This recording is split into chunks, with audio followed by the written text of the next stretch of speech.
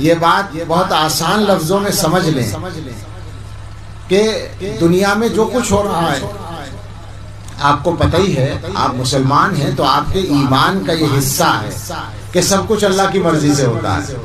اللہ تعالیٰ کسی چیز کو نہ چاہیں تو نہیں ہو سکتا، کچھ نہیں ہو سکتا، اللہ کی مرضی کے بغیر کچھ نہیں ہو سکتا۔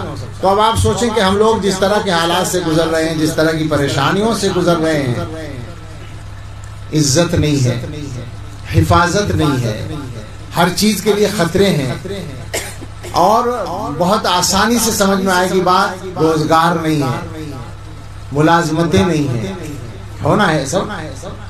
آپ غور کریں کہ یہ سارا کچھ ہو رہا ہے ہمارے ساتھ تو اللہ کی مرضی کے بغیر تو نہیں ہو رہا ہے۔ اللہ تعالیٰ اگر نہ چاہیں تو کچھ بھی نہیں ہو سکتا۔ یہ بات ہمیں باقاعدہ سکھائی گئی ہے۔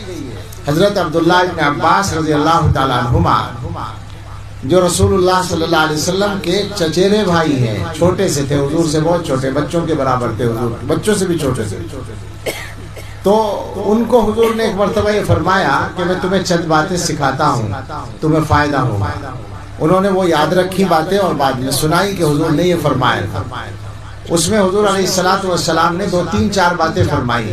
پہلی بات فرمائی، احفظ اللہ یحفظک، اللہ کو، اللہ کے نام کو محفوظ رکھو یا اللہ کے نام کی حفاظت کرو، اللہ تمہاری حفاظت کرے گا۔ پھر فرمایا، احفظ اللہ تجدہ تجاہک، اللہ کے نام کی حفاظت کرو، اللہ کے احکام کی حفاظت کرو تو اللہ کو اپنے سامنے پاؤ گے، جب ضرورت ہوگی اللہ تمہارے سامنے ہوگا۔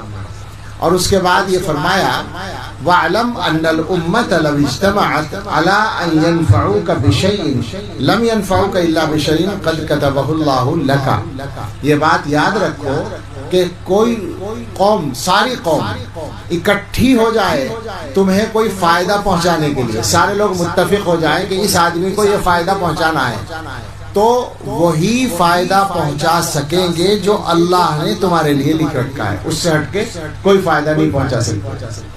وَلَوِ اجْتَمَعُوا عَلَىٰ أَن يَضُرُّوكَ بِشَيْءٍ لَمْ يَضُرُّوكَ إِلَّا بِشَيْءٍ قَدْ كَتَبَهُ اللَّهُ عَلَيْكَ۔ اور اگر سارے لوگ اکٹھے ہو جائیں تمہیں کوئی نقصان پہنچانے کے لیے تو صرف وہی نقصان پہنچا پائیں گے جو اللہ نے تمہارے لیے لکھ رکھا ہے۔ کسی کے ہاتھ میں اللہ نے کسی کی تقدیر نہیں لے رکھی ہے۔ خواہ مخواہ سوچ رہے ہیں کہ فلاں نے ایسا کر دیا، فلاں نے ایسا کر دیا۔ حقیقت یہ ہے کہ حکومتیں بھی کچھ نہیں کر سکتی اللہ کی مرضی کے بغیر۔ حکومتوں سے اگر کوئی نقصان پہنچتا ہے یا تکلیف پہنچتی ہے، یا کسی بڑے سے بڑے طاقتور دشمن سے کوئی تکلیف پہنچتی ہے، تو وہ سب